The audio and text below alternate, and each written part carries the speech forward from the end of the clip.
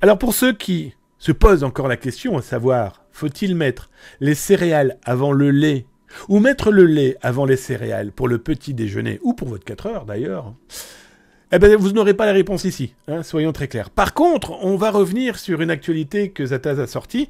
C'est simple, hein, c'est une enquête de longue haleine, très honnêtement, avec un élément qui me fait dire que, attention, alerte rouge, ça sent l'arnaque, le retour de l'arnaque de Cereal Space. Alors pour les plus fidèles de la Zataz émission, on en a parlé, nous étions au mois de novembre 2024. Cette arnaque est assez simple, un site internet, une boutique en ligne, Cereal Space, vous annonce à grands coups de publicité sur les réseaux sociaux, dont des influenceurs qui ne veulent plus parler aujourd'hui, qui s'en foutent si certains ont été payés par des agences de com, mais on y vient là dans un instant.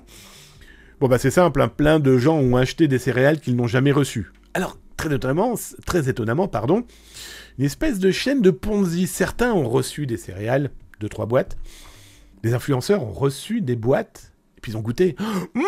C'est drôlement bon. Les mecs te goûtent quand même des produits sans lire la boîte, te disent c'est drôlement bon, c'est plein de protéinés, parce que c'est marqué dessus. Aucun contrôle, aucune analyse, bref, vous êtes pour moi à mes yeux, et on va en parler bientôt parce que je vais dénoncer les agences et aussi les influenceurs qui ont vanté des produits dont ils ne connaissaient ni le contenu, ni le contenant, ni potentiellement la dangerosité, mais encore moins l'arnaque qu'il y a autour.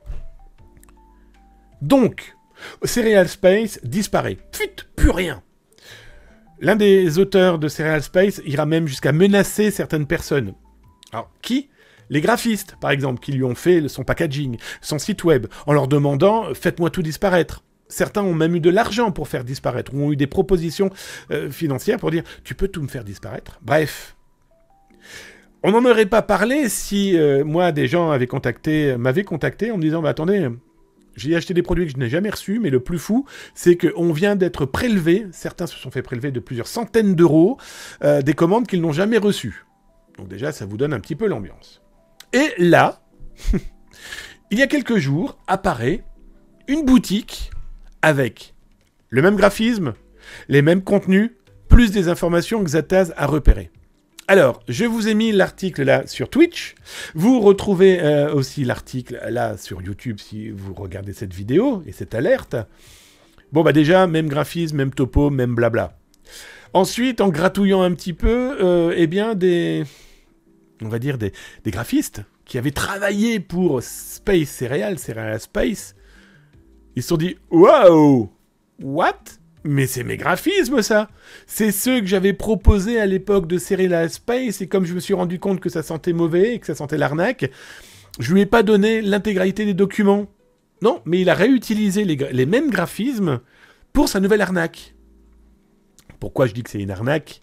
Parce que dans les documents, donc il a installé tout ça chez Shopify, je vous ai retrouvé par exemple ce lien ici, où on a, pour sa nouvelle boutique, un son qui s'appelle Cereal Space.mp3. Un son qui est diffusé sur sa nouvelle boutique, avec ce nouveau nom. Tu as fait une erreur, mon ami.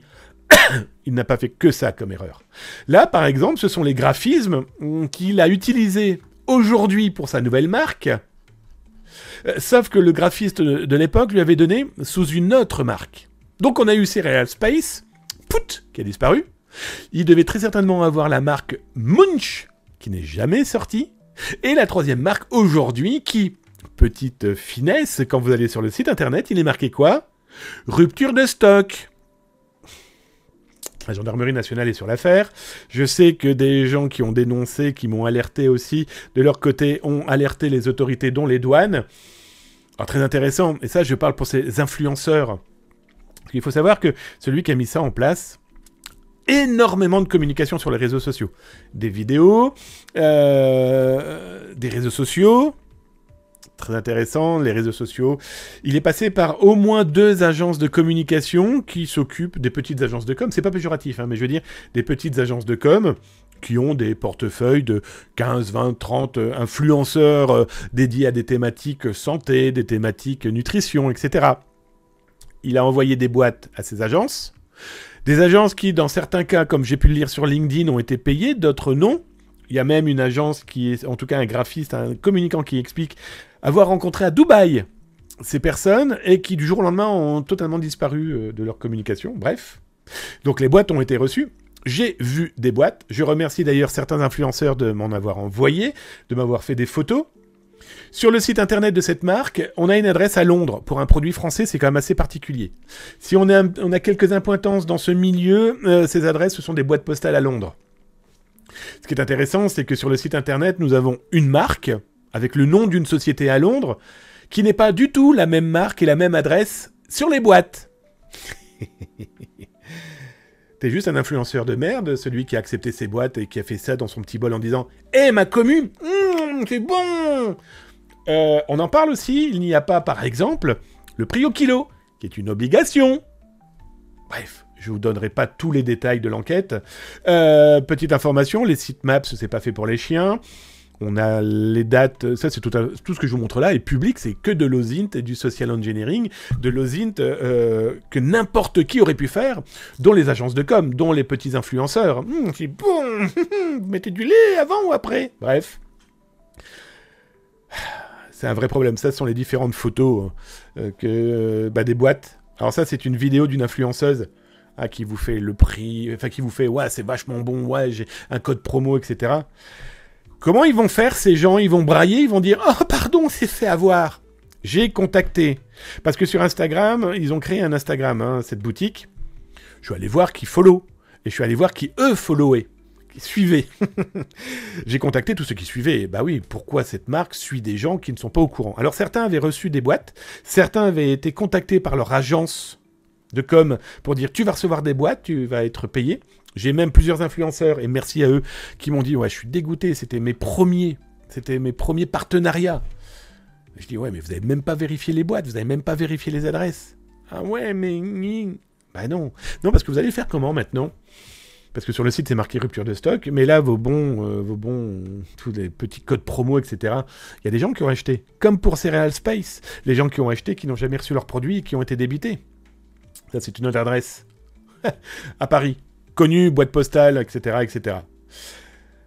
Bref, les amis, prudence, prudence, prudence. Les réseaux sociaux, on ne cesse de le dire, mais là, vous avez une preuve flagrante d'un truc bizarre qui s'est mis en place avec toute une structure malveillante, avec un passif, avec des gens qui ont reconnu leur graphisme, avec des communicants qui expliquent sur LinkedIn qu'ils avaient fait business avec des gens vraiment pas cool, avec des gens qui ont perdu de l'argent. Il y a un article, il y a des alertes, et personne se dit ah ouais, il y a peut-être un truc. Et dans 3 mois, des gens vont être prélevés peut-être, je ne l'espère pas en tout cas, ils vont être prélevés et vous allez faire quoi? Le lait, vous allez le mettre après ou avant le vide?